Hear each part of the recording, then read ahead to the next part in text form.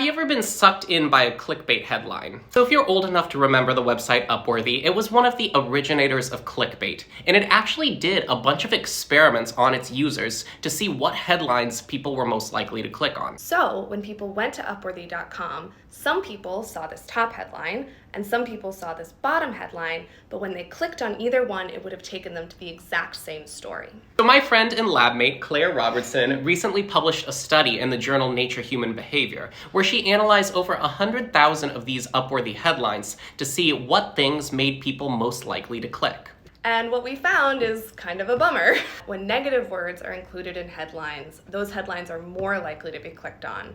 And when positive words are included in headlines, those headlines are less likely to be clicked on. That's kind of an intuitive finding, but what was surprising was what we found when we broke these results down into discrete emotions. We found that sadness was driving clicking behavior, while we found no effect for anger. And that's a really interesting finding because that differs from some past research, including my own research, suggesting that anger and outrage is likely to make people share content on social media. And that's true for sharing, but we looked at what people are clicking on when no one is watching. I also think it's cool that your paper got enough attention that Upworthy actually wrote a response to it. Yeah, they did. So they didn't really seem to like the paper, I think because they thought we were calling Upworthy a negative website, which we weren't. What I think we actually showed is that even in positive spaces, Upworthy billed itself as a good news outlet, we have this natural attraction to negativity.